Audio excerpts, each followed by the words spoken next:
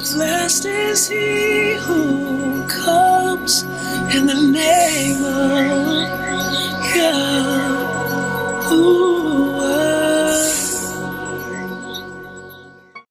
Let's pray. Baruch Hashem Yahuwah Eloheinu Malach Haolam. Father, thank you for another Shabbat. Father, thank you for no burdens on the Shabbat. Thank you, Father, for another day where we can rest and concentrate on you and focus on you. Father, your name reigns supreme. There is none beside you, none like you. Thank you for Yahushua who shed his blood for us, that we, Father, through the believing and putting the blood of the Lamb on the doorpost of our heart, could come to the mountain of Sinai again and, Father, rekindle that the flame of the Torah in us. We're thankful, we're grateful. Father, we pray that your blessings be on those that are here, even those that are not present with us, Father. We pray that you would touch them wherever they might be right now. Thank you, Father, for all of your mercy, all of your favor. Father, this we thank you for, and we ask you, Father, let your name be great in us, and let this lesson, Father, come forth with power and strength, your power, your strength, and your ruah. In the name of Messiah Yahushua, Hallel Yahuwah. Amen. Amen. Amen. Okay, the first place we're going to turn, because we need to see this to be able to conceptualize. Because what happens today, we talk so abstractly. So everything is abstract. So if I were to hold up a pencil, if I had one, let me borrow the pencil. And I asked you to describe this pencil. Because of how we're taught, we're going to literally describe the pencil. Okay, so if I said describe this pencil, what would you say? It's silver, it's blue, it's long, it has a company's name written on it, it has a clicker on it. Had a clicker on No, it. it don't click. I messed with It turns. Oh, it turned. Oh. The top is a light. So it's a trick pen. So that's, we would give the physical description. In Hebrew, if you ask them to describe a pen, it's something that you write with. So it gives the function, it gives the verb of it. Because all of the names in Hebrew came from verbs. So every name that's a noun came from a verb. So what we're going to do, we're going to look at Torah and not describe it like we describe the pen, but we're going to try to see the function. What does it do for us? Let me give you a twist pen back. It seems to be working. I fixed it. Okay. So let's go to Deuteronomy chapter 32. And we're going to look at verse 1 and verse 2.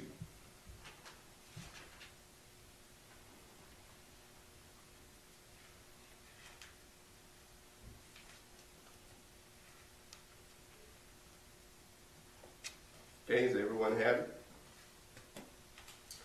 It says, "Give ear, O you heavens, and I will speak, and hear, O earth, the words of my mouth. My doctrine shall drop as rain, my speech shall distill as the dew, and as small rain," I think we call it drizzle. Is that what we call small rain? Fine rain. Or fine rain upon the tender herb. That's your word, herb there. As the showers upon the grass. So notice that it talks about his word, his doctrine, and his speech everything is described here. One is described as the rain. It's described as dew. It's described as small rain. Then it's described as showers. Okay? So we have this reference to the Father's words, his doctrine. So when it talks about doctrine there, lakad, that means instruction. And it's translated as doctrine, learning, fair speech. So those four things, but notice all four of those things, whether it's rain, whether it's dew, whether it's small rain or fine rain, or showers, all pertain to what? Water. It all pertains to water.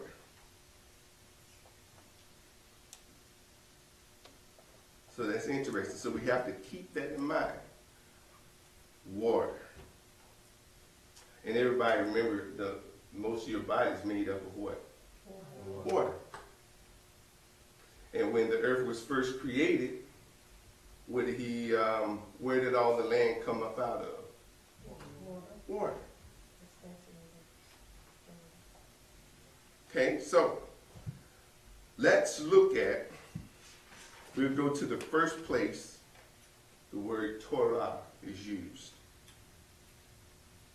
Let's go to Bereshit, or Genesis chapter 26, verse 5.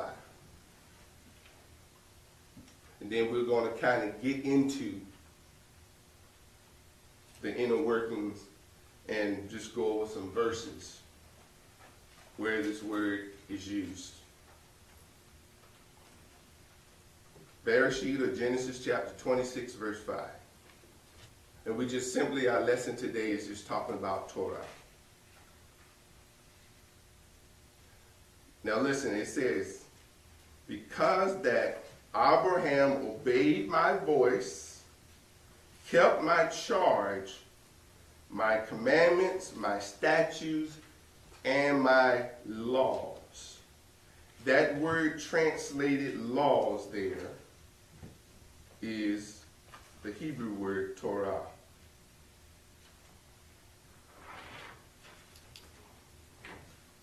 The word there translated laws is Torah.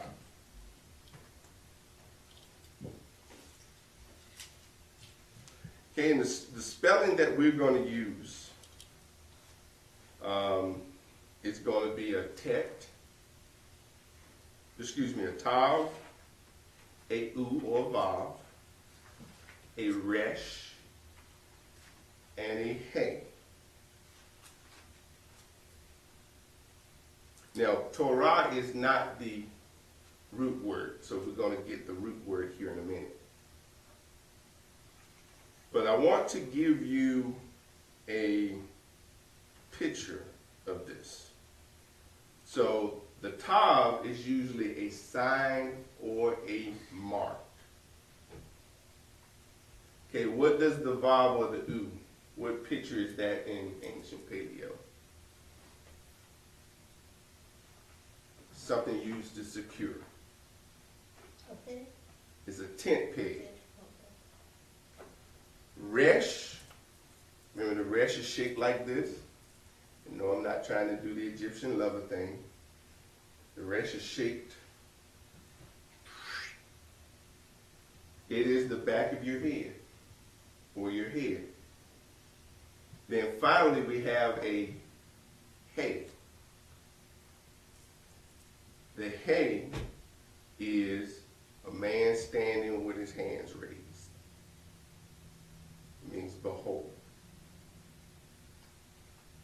So if we were to try to put together a picture, even if we just went through them, using the pictures and what their function of the pictures would be, it's a sign or mark that secures the head, behold. Or if you go from outer to inner, it will be a sign or mark, behold, secure head. So these teachings mark you and they secure this right here, your head.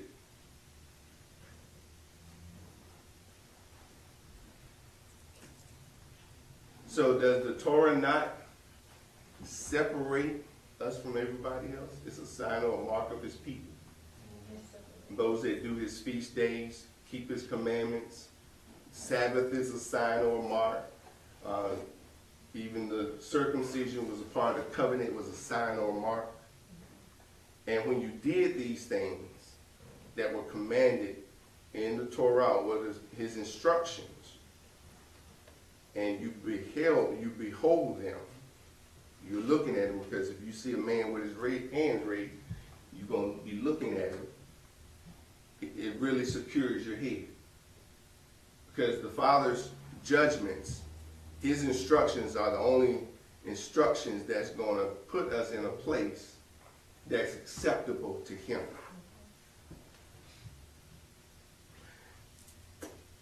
And notice that he said this about Abraham. So when we look back at Abraham, and Abraham was called a Hebrew. What does it mean to be Ibrahim or Hebrew? What's the picture of a person that's a Hebrew?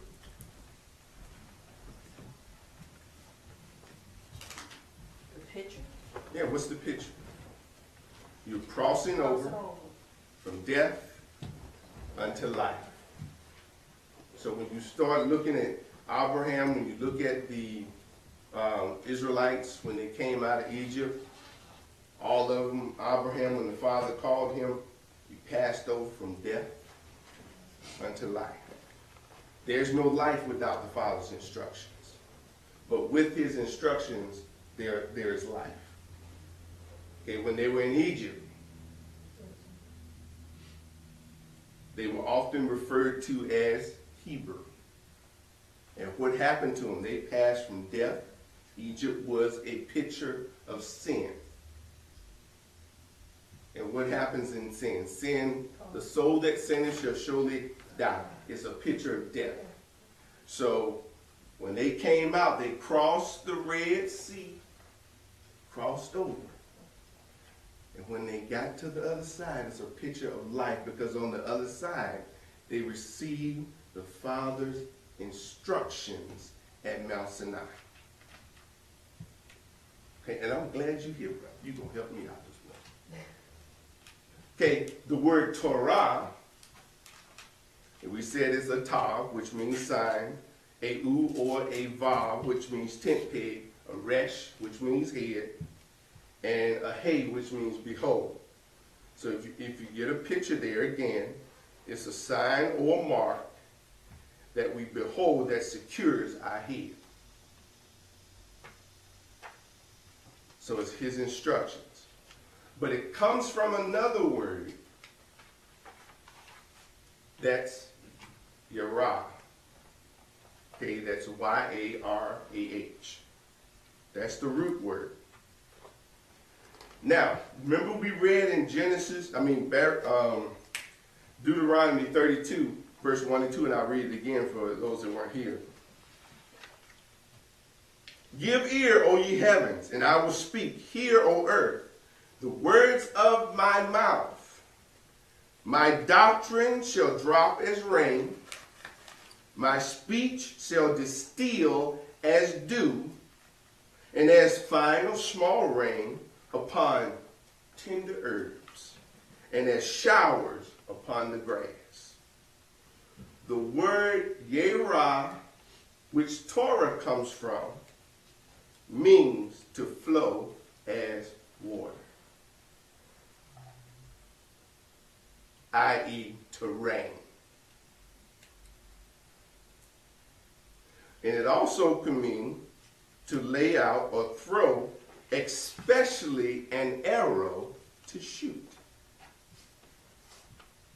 Figuratively, to point out, as if by aiming the finger to teach.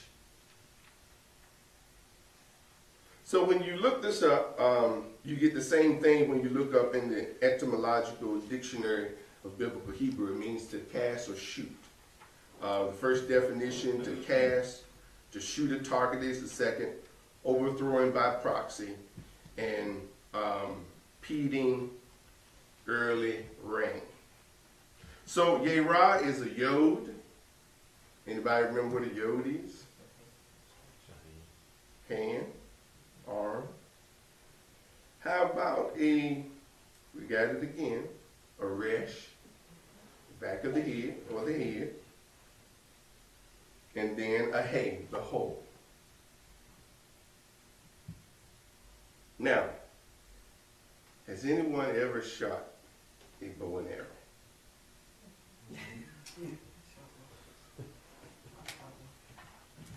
What's the two major components that you must have in order for that arrow to go straight?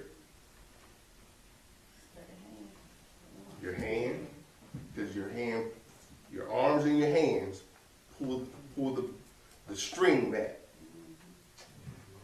and then your head. You can't just expect to hit a bullseye. Your head has got to be in it. And then the behold, you got to be shooting at a target. So when you go into Torah, you're going to see this word Yerah, you're going to see it used with rain, and you're going to see it also used with the shooting of an arrow.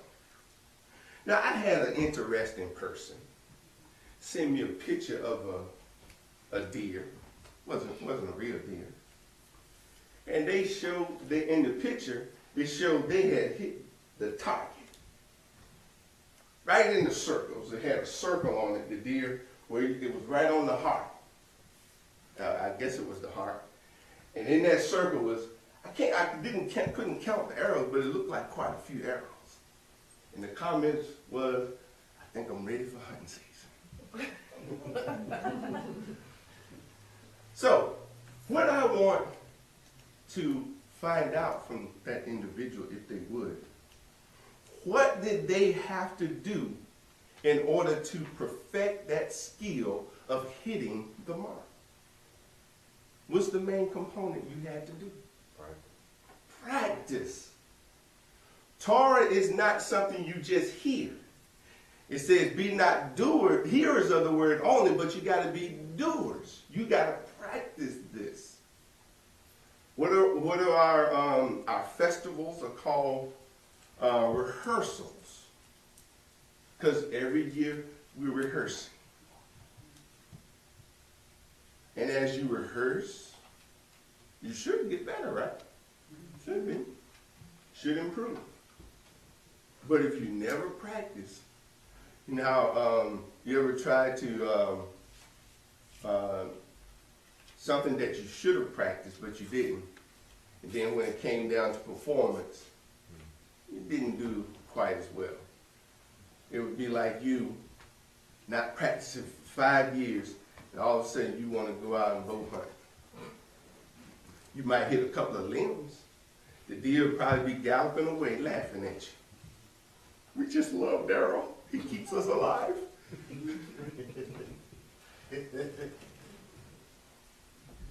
But practice. Now, it's been so long since I shot a bow and arrow that they would probably laugh at me. I couldn't, because I haven't practiced. You need strength in arm, and you got to have your head beholding the target. And depending on the distance, you might have to elevate your arrow or your aim a little higher, because there's something called gravity that's always pulling and affecting the velocity and affecting the rise and fall of that arrow. So what could we equate gravity, because we're supposed to be trying to hit this mark, hit these instructions, which are called Torah. And we're aiming. If we miss the mark, what is it called? Sin. Okay? But we're trying to hit the mark. So what would gravity be? What would be some components of gravity? Things of the world. Things of the world. That's why he said, love not the world, neither the things of the world, over there in 1 John. And it was three things that got them in the garden, and they still exist today. Anybody remember what they were? Lust of the eyes, pride of life, lust of the flesh. Those three things. Key components in Genesis, Bereshit 3. Always going to be pulling. Always trying to affect. And those things emanate from Hasatan. That's what he appeals to in our lives to try to throw us off course. And now we have to be more vigilant, because the tree of the knowledge of good and evil disappeared out of the garden, and now those tendencies are in us, just like our father Adam. And the only way to overcome those is by setting your sights on the true target, which Adam and Eve, their true target was, don't eat of any other tree in the garden. Don't eat of the tree of the knowledge of good and evil, but you can eat everything else. So we have to set our sights on what the Father's instructions for us really, what those instructions really are. Tune everything else out. It's easy to get sidetracked. Very easy. And the enemy works so hard. Now, the more you pull on that string in practice, the stronger your arm should get. Torah. And the more you focus, the clearer your target will be. But if you just kind of, I can hit it, Brother Durham. Just let it go. It ain't gonna hit, probably, it probably ain't gonna hit nothing.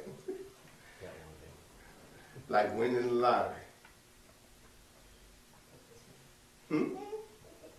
What'd you say? Oh, it's feel hot? Feel warm, yeah. Turn it down just a little bit. Sorry, turn it down just a little bit. 'Cause I feel a little warm myself. But I ain't want anybody to think I was having hot flashes. I was having meal flashes. Okay.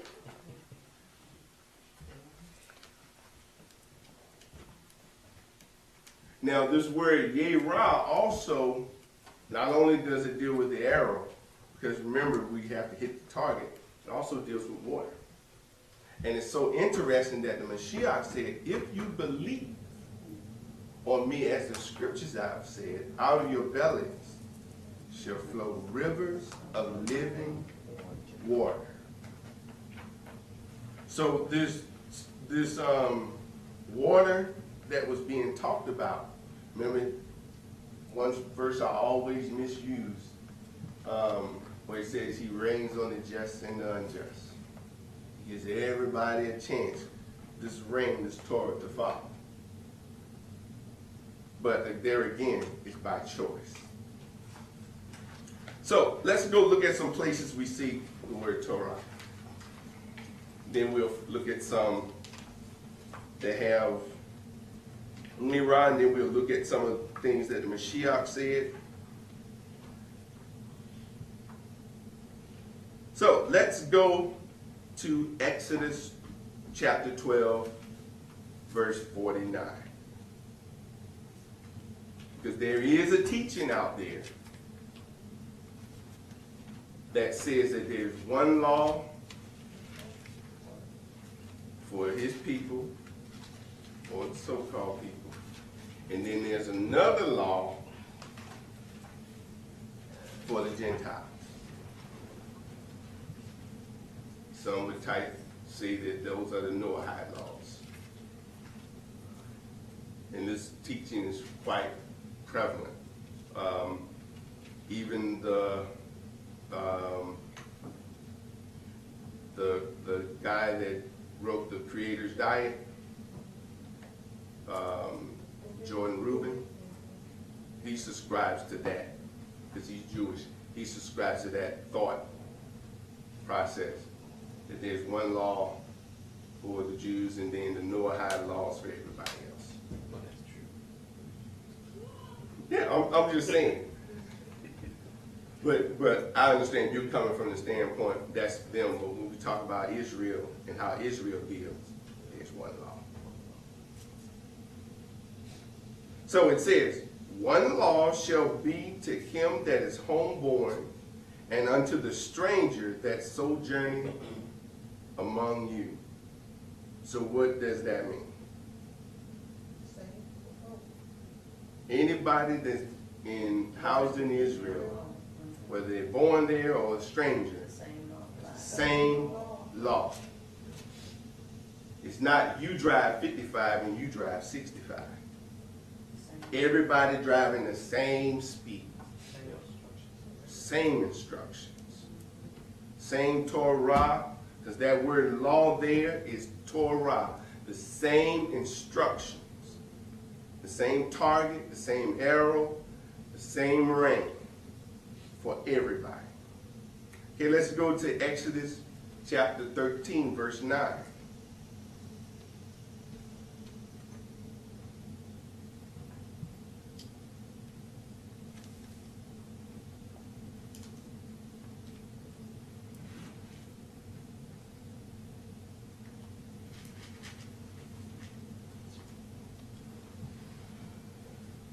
Exodus chapter 13, verse 9.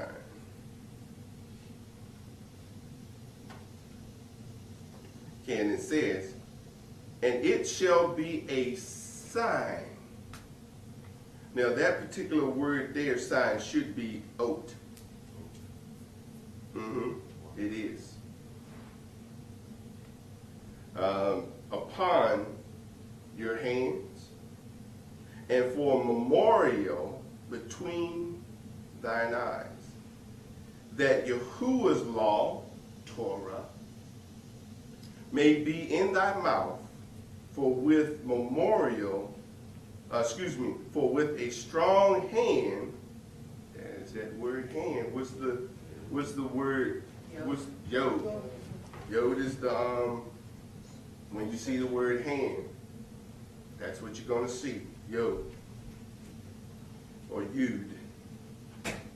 Has Yahuwah brought thee out of Egypt?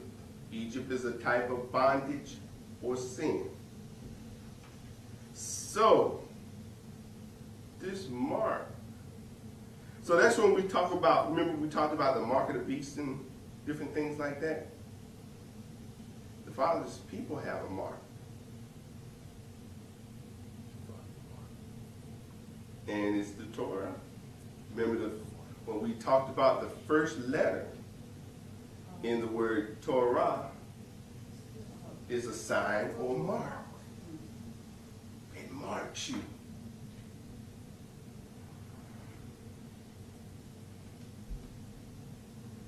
It marks you. And where's the beast gonna mark when he marked his people in Revelation? Forehead.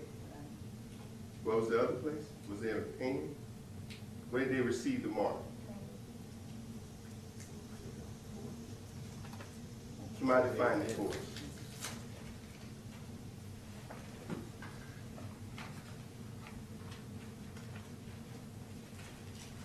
So that's why when people, talk about a physical mark, the mark of the beast, it could be. I'm not saying that it's not. But if the enemy takes and tries to duplicate the Father's system, the Father said that, and it shall be a sign upon thy hand, and for a memorial between your eyes, which is your forehead, that Yahuwah's law may be in your mouth.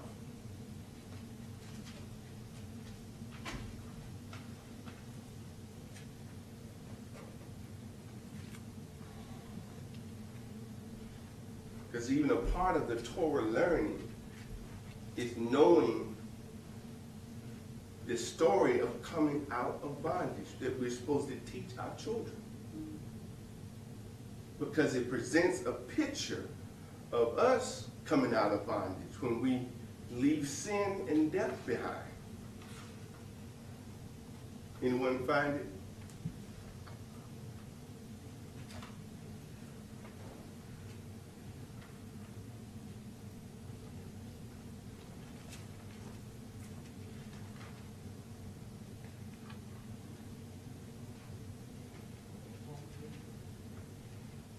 Okay, go to Revelation 13, verse 16.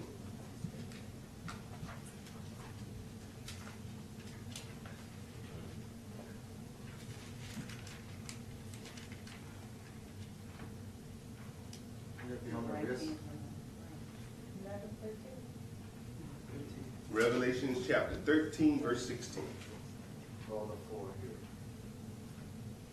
And it says, and he causeth all, both small and great, rich and poor, free and bond, to receive a mark in their right hand or in their forehead. Okay, if you want to go over to Revelation chapter 14, verse 9.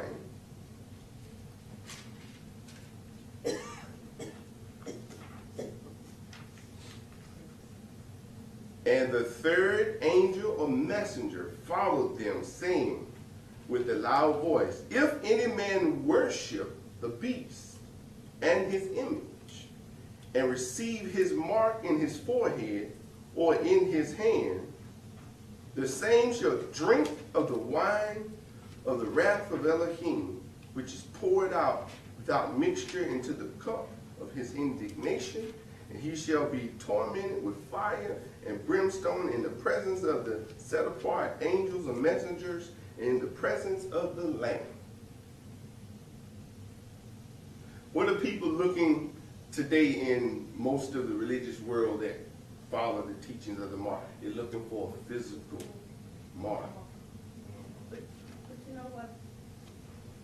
I had something that happened to me, and it kind of shook me. Mm-hmm.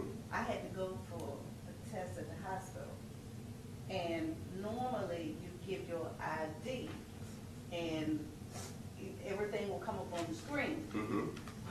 This time when I went, they had this thing and they asked me to put my hand on it. I said, excuse me? She said, put your hand. I said, oh no, wait a minute. Hold up, explain it. What are you doing? So there's a hand, but then there's also where they are putting chips in your wrist. So you can look at it either. So now when I put my hand on this thing, all of my information come up because that's my handprint. That's my life, is my handprint. So, you know, I'm looking at it, oh, I don't like this because, is this a mark? I mean, you got, It's the veins, they pull your veins. yeah. So, you know. This is veins or fingerprints? Which one is it? No, it's not It's your veins. your whole You stick your hand. hand in and it takes Your pictures whole of your, hand. your veins. And so if you have in an accident and don't have anything on you, they can stick your hand in and everything will come up as to who you are. So that could be Safer and stuff. side-minded way of giving you a mark. Well, I don't like that. think about this. Well, they would have to have you in the system. Right. Okay. Think about this. Before, remember I said the enemy emulates the Father.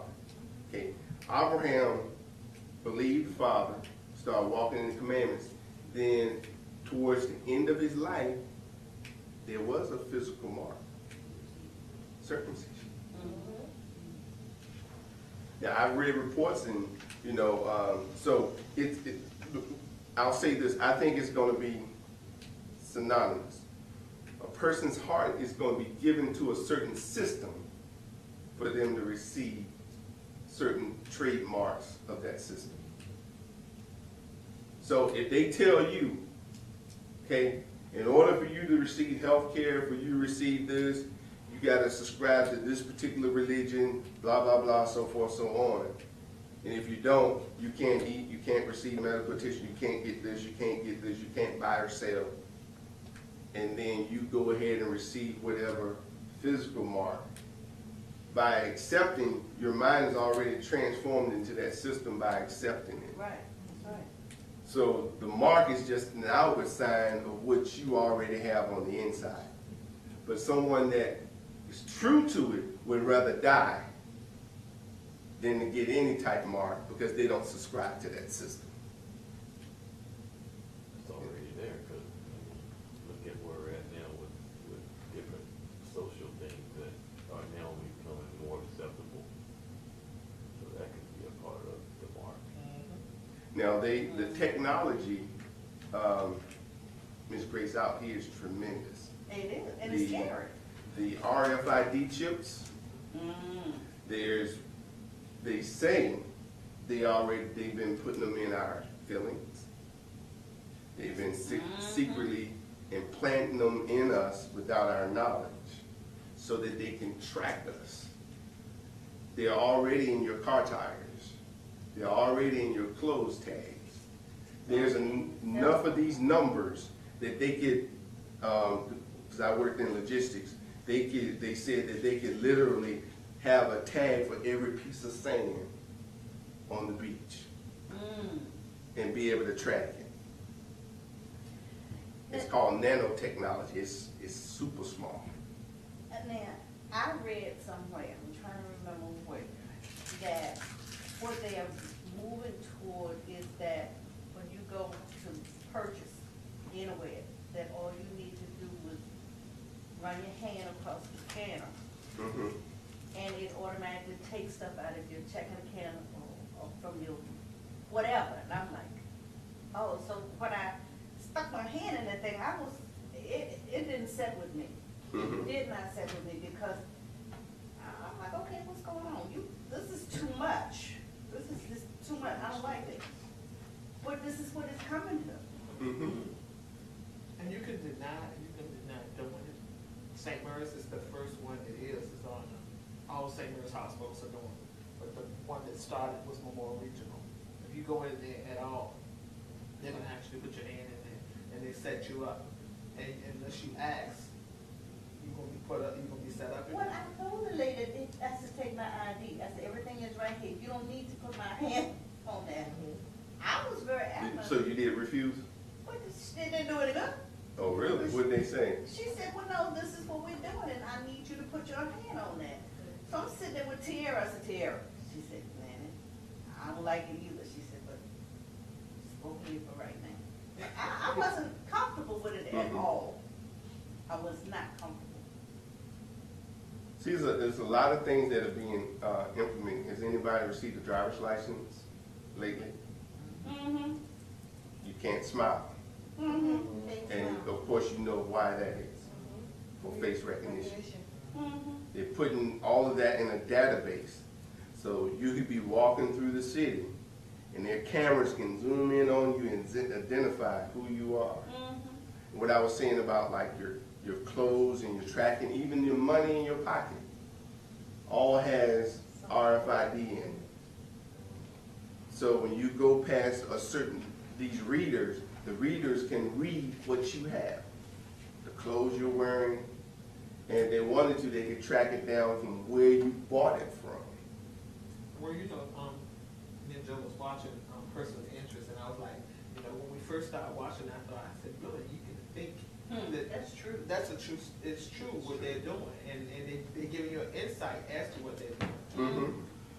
But just the whole analogy of Person of Interest, you think that your number come up and you're supposed to die, and they are trying to stop these two people are trying to stop you from getting killed, and that's their main thing, to keep you from getting killed. And it's like, interesting.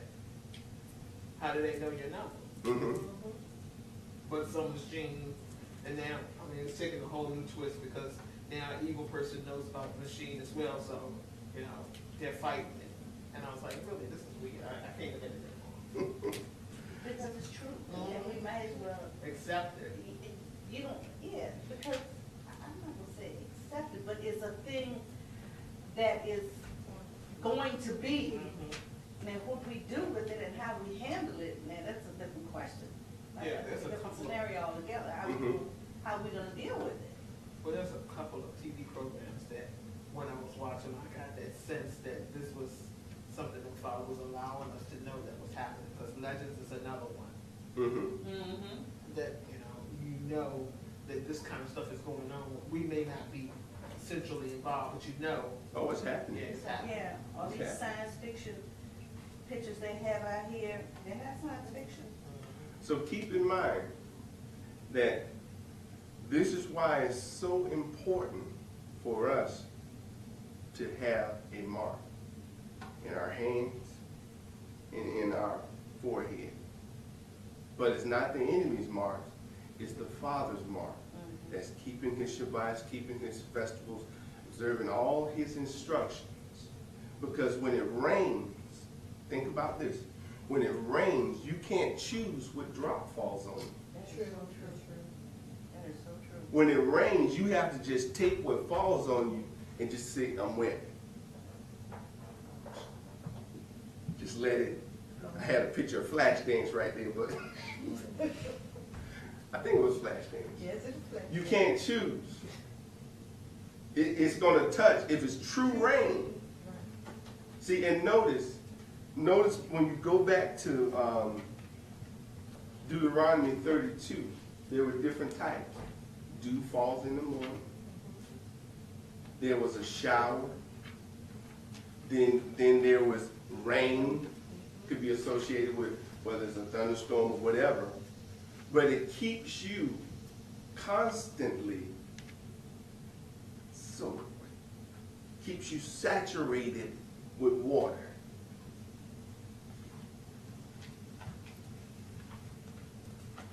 Constantly. So this water has, and just think about the role that water played in salvation. Okay? When they came out of Egypt, they had to cross the Red Sea. And what pursued them? The enemy in chariots, the Pharaoh and his chariots. And there's documented evidence. When you go back and watch, I think it's a show on the Exodus that shows that particular Pharaoh and his chariot that had a unique wheel to it, that they were drowned in the sea. So they're going to follow you.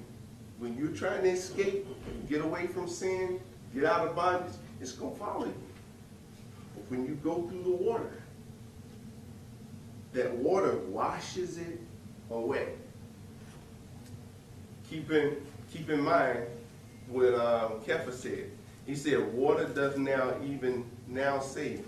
Not in the putting away of the filthiness of the flesh, but it's the answer of a clear conscience towards Elohim.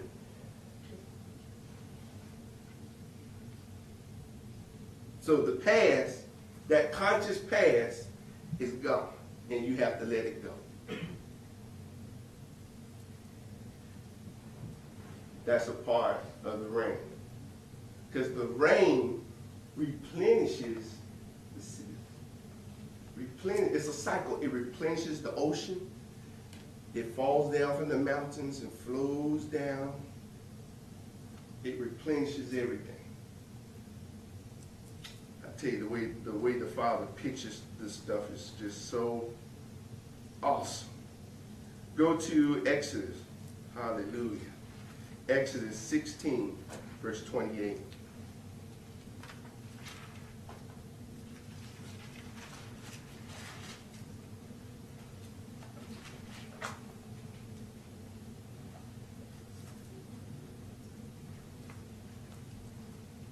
Okay, and it says, and Yahuwah said unto Moses, how long refuse you to keep my commandments and my Torah, my instructions?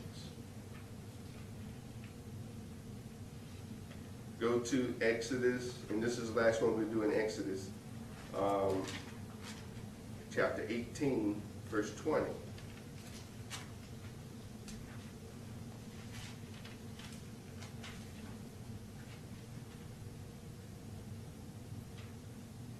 And thou shalt teach them ordinances and laws, that's instructions in Torah, and shall show them the way wherein they must walk, and the work that they must do. So these things were taught.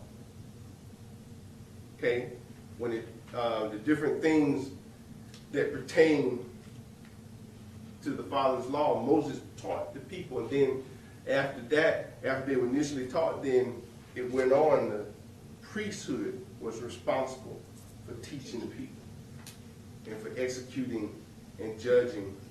They had judges, they had officers. So in order to properly judge, you have to know the instructions.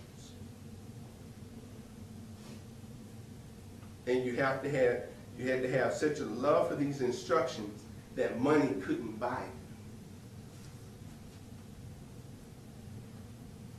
Okay, so let's run over to the Psalms. I mean, there's so many.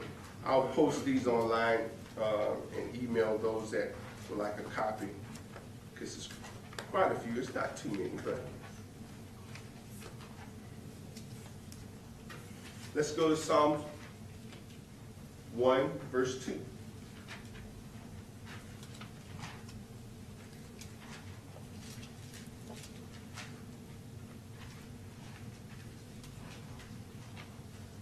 Most of us know this one. It says, but his delight is in the law. That word law there is Torah, of Yahuwah. And in his law, his Torah, doth he meditate day and night. Then and only then shall he be like a tree planted by, notice where, the rivers of water. It shall bring forth his fruit in his season. His leaves also shall not wither, and whatsoever he doeth shall prosper.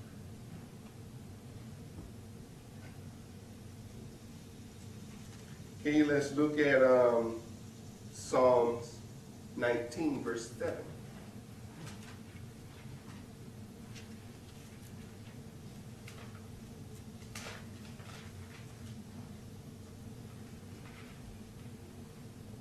And so many of these, but the Psalms I particularly like because it emphasizes the love and the importance of his instructions, his Torah. It says the law or the Torah of Yahuwah is perfect. Notice what it says, converting the soul. The testimony of Yahuwah is sure, making wise the simple. And that was one of the things that when they came out of Egypt, that if they kept this Torah, the people, the nations would acknowledge how wise they were because of that Torah. Executing the instructions from the Torah makes you wise. Also brings life.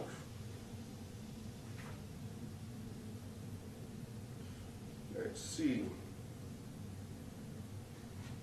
It was one that I particularly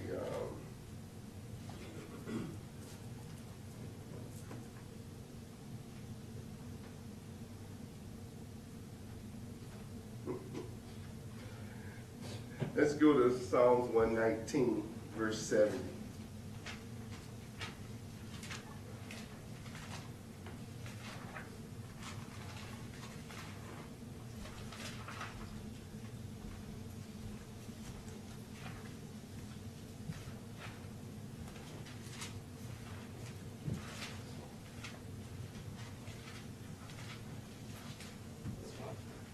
It says, their heart is as fat as grease, but I delight in thy law, or Torah. That was Psalm 119, verse 70.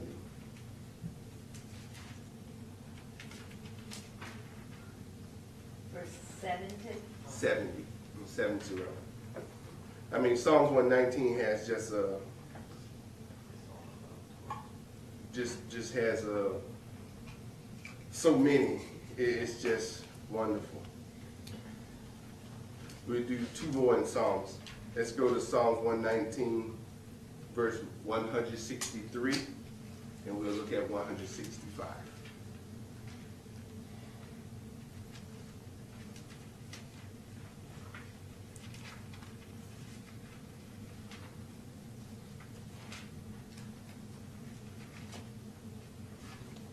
It says in 163, I hate and abhor lying, but thy law, thy instruction, do I love. And skip to 165. Great peace have they which love thy instruction, or thy law, or Torah, and nothing shall offend them.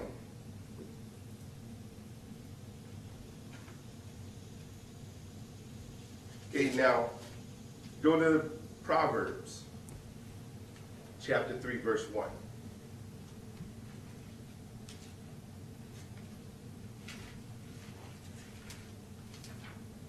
This is the instruction. We go to Proverbs for wisdom.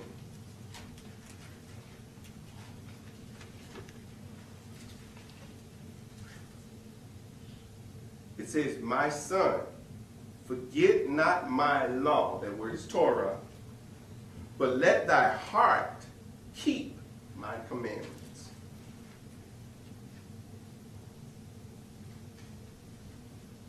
And there again, the word Proverbs, you got a whole lot.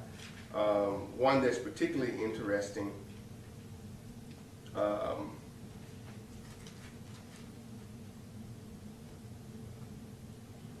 and this is one you probably can put in your memory, Proverbs 28, verse 9.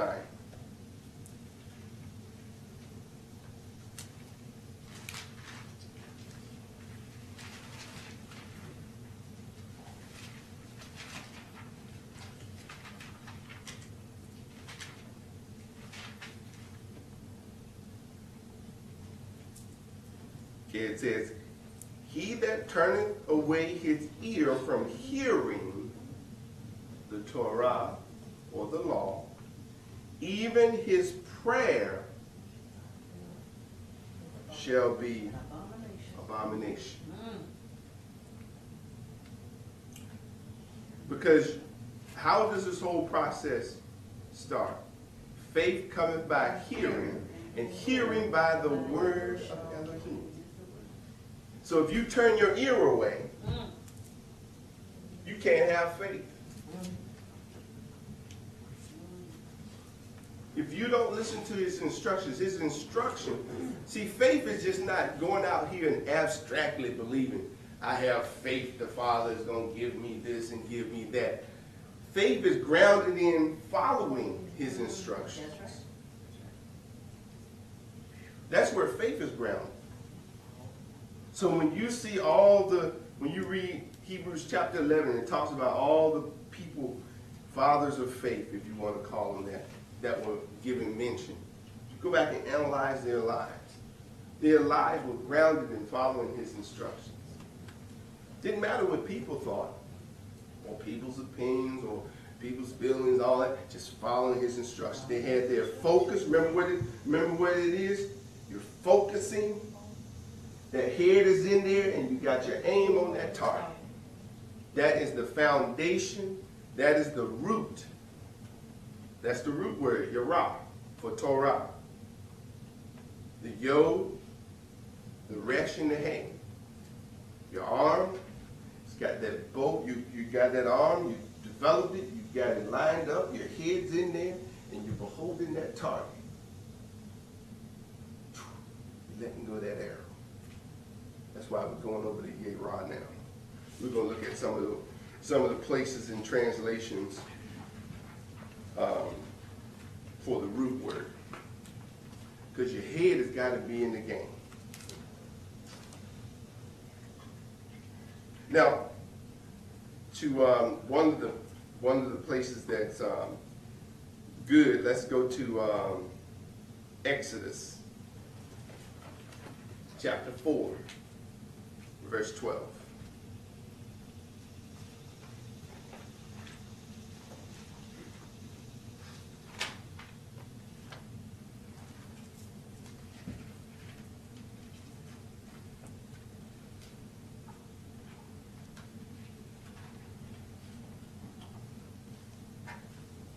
Okay, it says, now therefore go, and I will be with thy mouth, and teach. That word teach there is Yerah.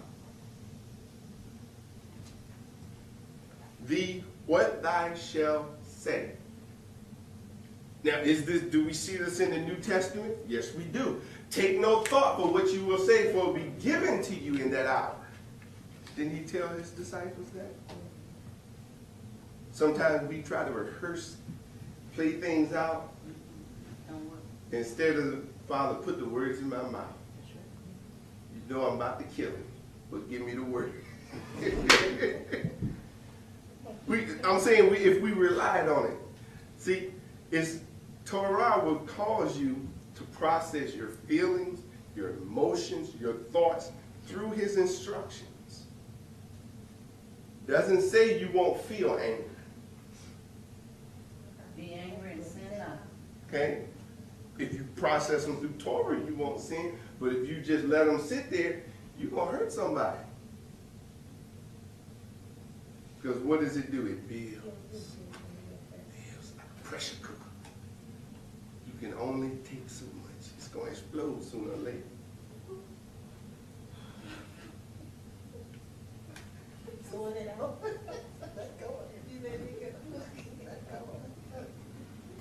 Okay?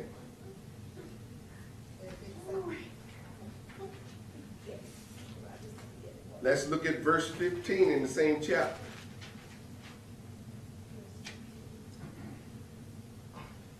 And thou shalt speak unto him and put words in his mouth. And I will be with thy mouth and with his mouth, and will teach you what you shall do.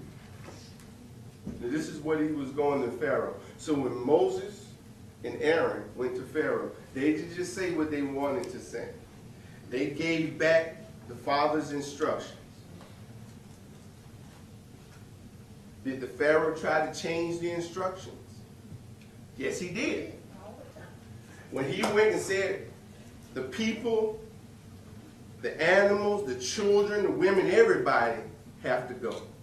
The Pharaoh would try to modify it. Well, just take you and the people, but leave the animals here. See, that's how the enemy works. But they had to stick to what the Father said. That's what the enemy tries to do. He tries to modify the instruction. Go back and read that in Exodus. Whenever they went to Pharaoh, he was trying to modify. Well, don't just go one day's journey. Don't go 3. Could Moses and Moshe and Aaron accept that? No. Because that was not what the Father put in their mouth to do. So you have to do what the Father puts in your mouth and not succumb to the pressures to modify. Because there are pressures out there to modify. People want you to modify. I was so shocked at my sister the other day. And she said this out of her mouth. Well, let's try to get this done because I know when sun goes down on Friday, you don't do any business. And I'm thinking to myself, that's right. Even though she doesn't observe it, she knows now, okay, when Friday sunset comes, no need me even asking because he ain't going to do it, no matter what. So, and sometimes family can be some of the most critical ones. Let's see.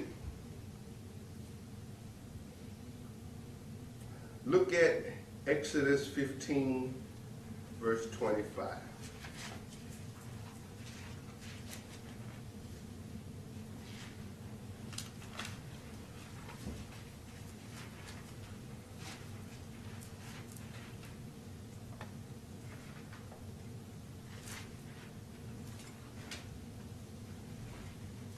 Exodus 15, verse 25. That is what I said, right? Exodus chapter 15, verse 25. And he cried unto Yahuwah, and Yahuwah showed him. That word showed is Yerah. But guess what he showed him? I want you to get the picture. He showed him a tree, which when he had cast into the waters were made sweet. There he made for them a statute and an ordinance, and there he proved them. Okay? You cast the right tree in. You can't cast the tree of the knowledge of good and evil. You have to cast the tree of life into those waters. The waters that are bitter and undrinkable. And what does it do? It makes them sweet. Purifies the water.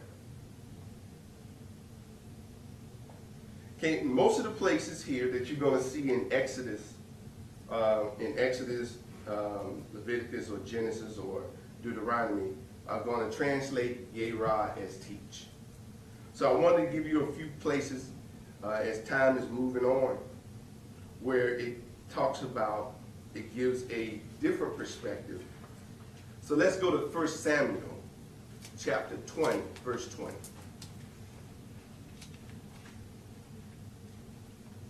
What was that? 1 Samuel chapter 20, verse 20.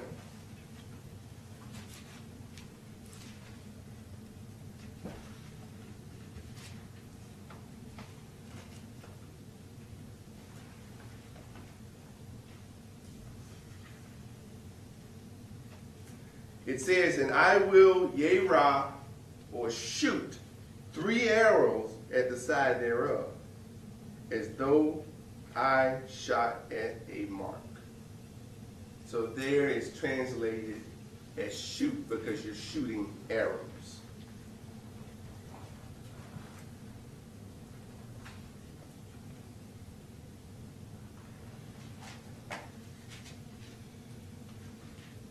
Did you know your tongue could be like an arrow that shoots?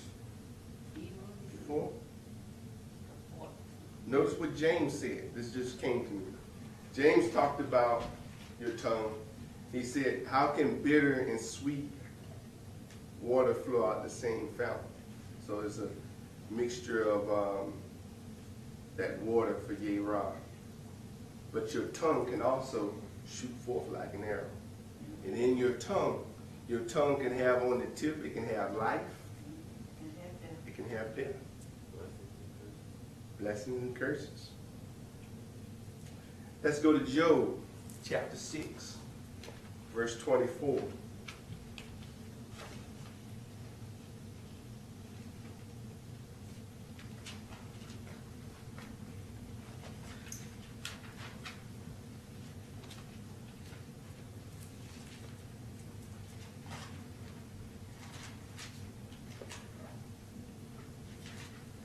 Okay, he says, Job 6 or Job 6, 24, teach me, and I will hold my tongue, and cause me to understand wherein I have erred. This is 6:24. Job.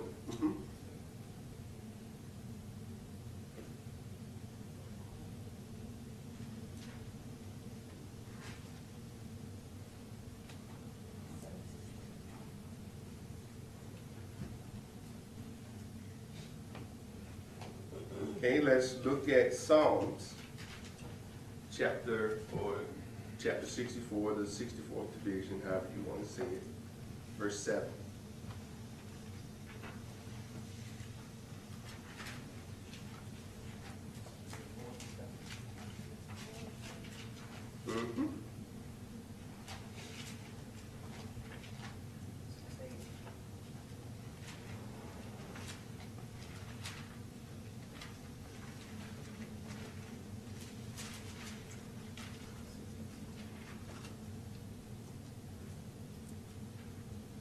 Okay, it says, but Elohim shall shoot at them with an arrow.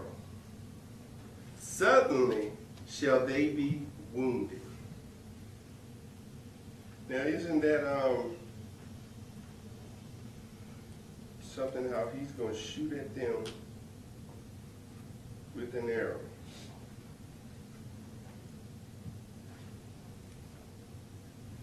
And even a arrow that is blunt hurts if it hits you, don't it?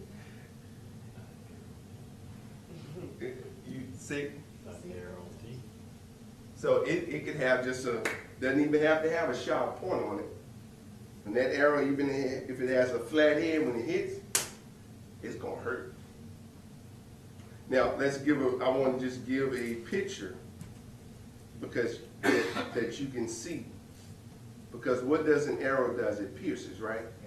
Okay? When you go to Hebrews 4:12, you don't have to turn there, I'm going to read it. For the word of Elohim is quick and powerful, sharper than any two-edged sword. Then it talks about piercing even to the dividing asunder of the soul and spirit and of the joints and marrow, and is a discerner of the thoughts and intents of the heart. So if you're real good, like the Father is at shooting, he can shoot one arrow, it hit the bullseye. He can shoot another arrow that'll come and split that arrow right in half. That's how accurate his shooting is. So in other words, his words is going to be Piercing. piercing. Now there's some I guess are there some I've seen that can split an arrow. It's been done before. It's been done before. Let's see. And here's one that we always talk about, or we hear. Go to Proverbs chapter 11, verse 25.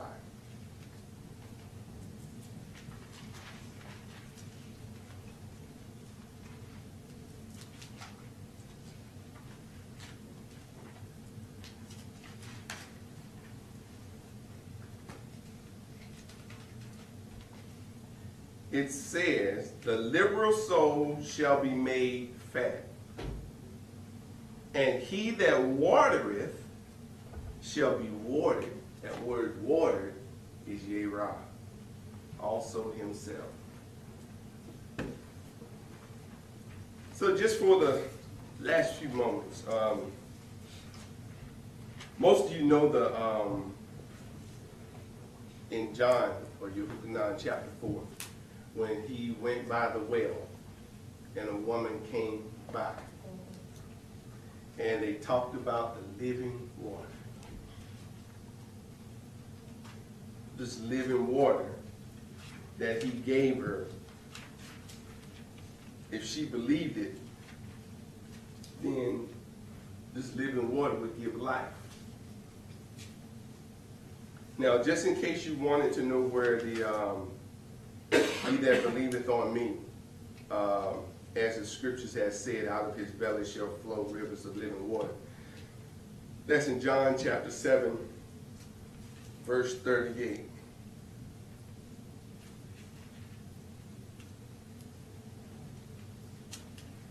Okay, and in Revelation 7, verse 17, it says, for the Lamb which is in the midst of the throne shall feed them, and shall lead them unto the living fountains of water. And Elohim shall wipe away all tears from their eyes. Sister Carol just brought something to my mind.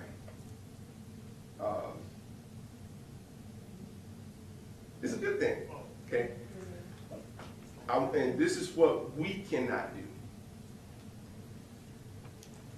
That water right there,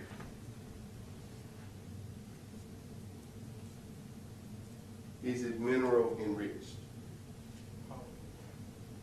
Most waters that you get bottled are what they call dead water, because all the nutrients and everything that's important for the body that it's supposed to replenish has been taken out. So we've got to make sure that when we're dealing with the living water, that people haven't processed the living water, so everything that's nutritious for us, that's helpful for us, that's going to help us, that they haven't taken out. Isn't that what's happened today? They want us to drink, but they don't want us to drink the living water that brings life. It's all right to read the Old Testament, but we don't have to do that stuff no more. You just took out all the nutritious stuff right there. Because that's what's going to give us life. It's the things in that water that you can't see that's useful for you. When his Torah goes into you and you observe it, it brings life out. But what they're drinking today, it's just passing through. It ain't doing nothing. It's not doing anything. Because all the things that are important, his festivals, his commandments, his statutes, his precepts, his Torah, his instructions, they've taken out. They've left a few in, though. Bring your tithes and your offering. You know that's going to be in there. That there may be meat in my house. Prove me now herewith, if I will not open you the windows of heaven, pour you out a blessing, that there shall not be room enough to receive it. That's going to get quoted. So they leave in what's important. But the stuff, and I'm not saying that's not important, but there are things that are so important. How you treat one another. How you treat the Father. Are you keeping his Shabbats? Are you honoring his laws? Are you dividing and judging righteously? Those things need to function as well. And it's so interesting. And we'll, I think it's in, well, I'm going to read two things. Two things. Go to Psalms 40. This deals with the Messiah in Torah. Did the Messiah come away to do away with the Torah? No, he did not. And as a matter of fact, he left it on record. He didn't come to destroy the law and the prophets, but he came to fulfill it. And he told us that if any man that taught someone to break one of the least of the commandments, that they're considered least in the kingdom. And if you taught and you did the commandments, then you would be called great in the kingdom. Okay, we got two more scriptures. We're going to wrap it up. Psalms 41. Chapter 40, verse 7. This is a testament of the Messiah when he comes. Then I say, lo, I come in the volume of the book or scroll. It is written of me, I delight to do thy will. O my Elohim, yea, thy law, thy what? Torah is within my heart.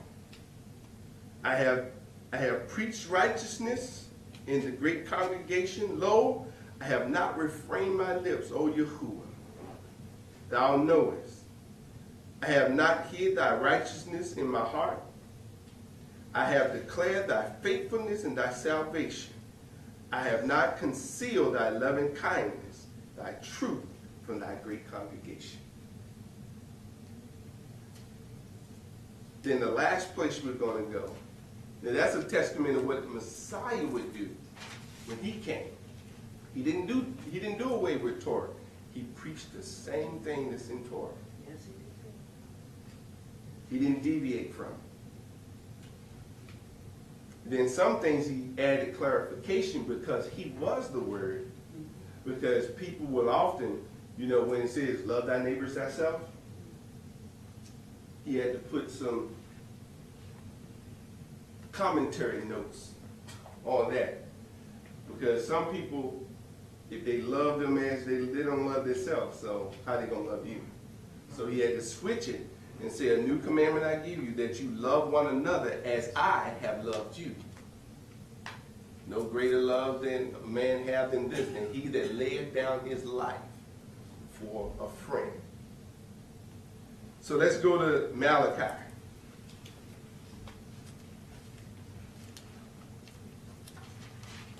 So today and every day, let's make the Father's Torah great in our lives.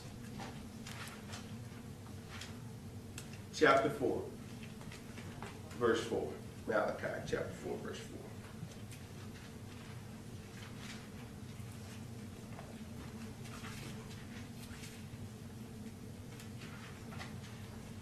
And it says, remember the law. That word law there is Torah. Of Moses my servant, which I commanded unto him in Horeb for all of Israel, or Yashrael, with the statutes and judgments. Behold, I will send you Eliyahu, Elijah the prophet, before the coming of the great and dreadful day of Yahuwah. And he shall turn the heart of the fathers to the children, and the heart of the children to their father, lest I come and smite the earth with a curse. That's Malachi chapter 4, verse 4 through 6. So the last words there is remember. You remember the Torah or law of Moses. Remember it.